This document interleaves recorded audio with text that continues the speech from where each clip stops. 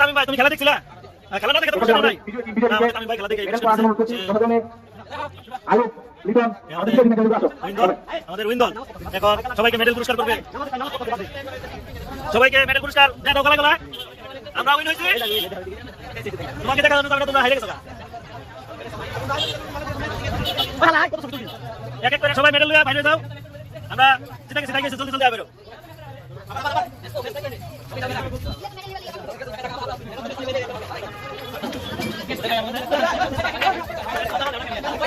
Win win win. এই আমাদের goalkeeper খুব দুর্দান্ত ভালো বলেছিল আমার রুবেল। ওই খেলে নাই তারপর মেডেল হইতাছে। আমরা ফিনিশার খেলতে সবাই